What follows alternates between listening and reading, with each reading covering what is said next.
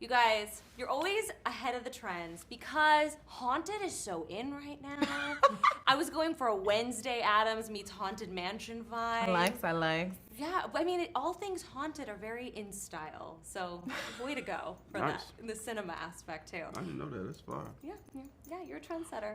Breaking news on Good Day LA. Hey. Hey, speaking of LA, you were born right outside of LA, San Bernardino. Uh-huh. Okay, so I want to know, because it's LA, but not really LA. When you came to LA, from the East Coast, what were your old haunts? What were the places you used to go, like in the beginning, your first year in LA? In LA? Oh my God. Your old haunts. Oh my God. Were you a nightclub girl? Yeah. Yeah. I used to just hang around Echo Park and that lake over there. You know, I used to just be around in that area. I found it's a good place to reflect and think. And like, you know, I'd go to auditions and then hang out at the lake. And also I had nowhere else to go but my car. So it was like the car, the lake, and I just was hanging around there after auditions and just thinking about all the things I would do if I got a certain role or like what I would try to bring to it. And reflecting on my life, where I had ended up at that point and where I wanted to be.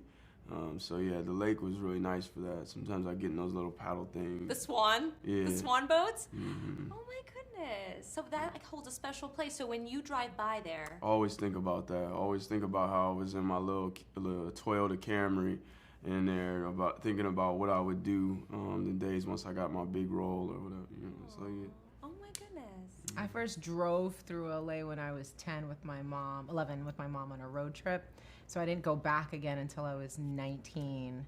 And then I remember I was living with my friend Sal, who was a costume designer in a movie I did, and he let me like rent a room at his place, and that was like during Thomas Guide times, where I had the little map. Before and I just MapQuest. Before MapQuest, Thomas Guide. I remember. And you know, for me, it's like I just think about driving around at night because that was when there was no traffic, so I could try to figure out neighborhoods.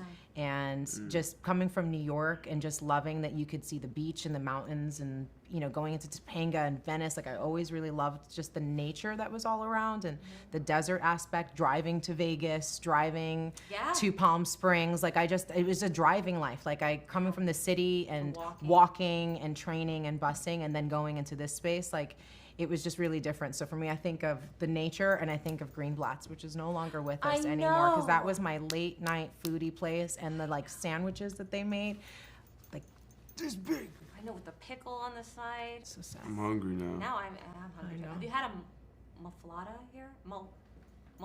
What you call me? Muffalata. Such an Uncle Phil joke. You a muffalata. What is it called? Them's fighting words. Muffalata. I'm sorry. It's a big Louisiana sandwich. I just learned about it today. A muffalata. Samuel Jackson sandwich. It's a Samuel Jackson of sandwiches. It is. Did you say muffalata? You got to look it up after you're done. It's like all Italian meats and cheeses with like a sesame seed roll. Dope.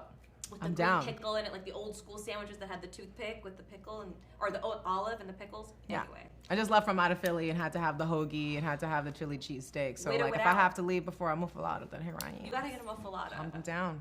You widow it out with the cheese. That's how they say it. Oh, okay. I guess I'm like I'm not from there, so I'm sorry. I ain't getting no Yeah, no, I ate it with the cheese. Yeah, because I'm also back on dairy, everybody. Oh, on dairy life. I go back and forth, but still, I definitely had to have that authentic. I think you can get to know a lot about a person going to a theme park with them. Oh, yeah. When I'm dating someone, I'll take them to a theme park, and I need to see how they are. When you go to Disneyland because of Haunted Mansion, how are you? Do you wait in line? Are you a snacks person? How are you at a theme park? I think I kind of, I don't know, I'm an introvert, so I don't know if I really enjoy places where there's a lot of people typically. So I just try to keep my head down and wait till I get into the ride that I was trying to get to. Then it's fun as hell. Then I'm having a great time.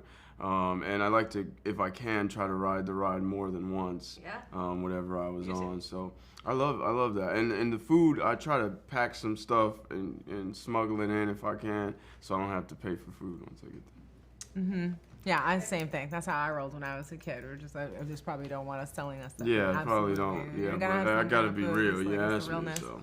I love it. Nothing but real here. Thank you guys.